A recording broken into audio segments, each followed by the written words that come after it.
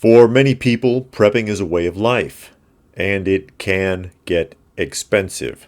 I encourage people to be frugal with their spending, that is, to spend their money wisely and to look for bargains, and only throw down the big bucks when you just really need to. That's why I don't recommend any products on this channel, even though I've been approached to do so. So you'll never see me running over a flashlight in the grass with my truck and bragging about how it didn't break. It's also why I've done videos in the past showing thrift store prepping hauls and presented similar ideas for prepping on the cheap. Recently, the idea of prepping has become in vogue again, and that means that there are a lot of companies out there targeting that audience to make a buck. So today, I'm just giving my 2 cents about some of what I consider to be the biggest wastes of your hard-earned money when it comes to a prepping budget. You may or may not agree, but of course, you should make your own decisions about that.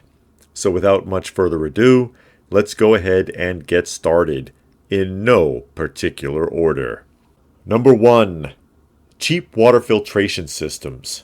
Water filters are getting less expensive, but those less expensive models are often not only cheap in price, but cheap in performance and construction as well. Many of them are just not good quality. This is one of those areas where you would be a lot better off investing in a more expensive system that does the job the way it needs to be done. Will save you money in the long run. Number 2, mystery boxes. There's this new trend in marketing whereby you receive mystery subscription boxes in the mail that contain a variety of items that target a specific audience. They make these boxes for just about everything you can think of now, including prepping. The problem here is that you end up with a lot of stuff that you've paid for that you either don't need or don't want or is poor quality. It would be cheaper in the long run for you to just go out and purchase individual items for your specific needs rather than relying on a subscription box to guess what you might need or want. Number 3, pre-made survival kits and bug-out bags. Just like with the mystery boxes previously discussed, you are purchasing a kit that may not have what you need or want. Furthermore, these pre-prepared kits often have cheaply made items that will quickly wear out and break on you. And most importantly, you're buying a bag or a kit with someone else's idea of what should be in a kit, rather than what you may personally need. Remember, everyone's needs are different. You would be much better off building a kit up from scratch than relying on the kit that another person generically threw together to make a buck off of you. Number 4, fire starting equipment. Not that you shouldn't have fire starters, but honestly, how many do you need? Redundancy is a good idea, but there is a limit, and it seems to me that the average prepper has way too many fire starting tools. There's just something about fire starting tools that a lot of preppers, they've got tons of them, and you really don't need a whole lot. You don't need but a couple of good ones for your kit and maybe 1 or 2 that you carry with you. And number 5, long-term food supplies. You might be surprised to see this on the list, but many preppers spend a fortune on long-term prepared freeze-dried foods. I mean, it's great to have emergency food that will stay viable for 30 plus years, but not if it isn't going to be rotated. And in order for it to be rotated, that means that someone's got to be eating it. Are you eating it? Or is it sitting in storage, getting older by the minute?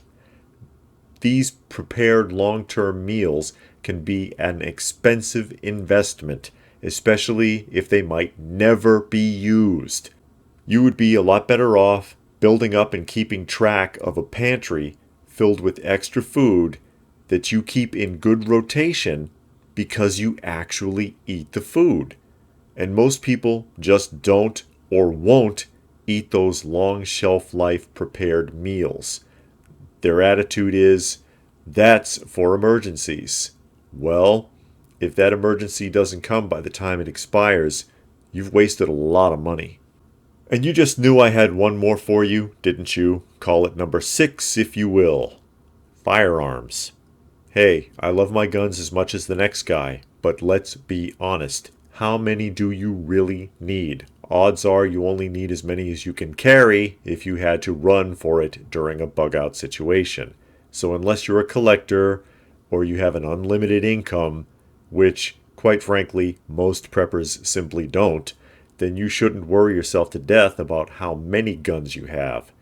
Just a handful that you're sure that you're going to use is most likely more than enough. So I hope you found this video interesting. If you have any further points pertaining to the video, please do feel free to post them in the comments section down below. Please do give the video a thumbs up, easiest way to show your appreciation, and share it if you can, and subscribe if you are new, and hopefully you'll be sure to hit the bell icon so you can be alerted when new content comes out.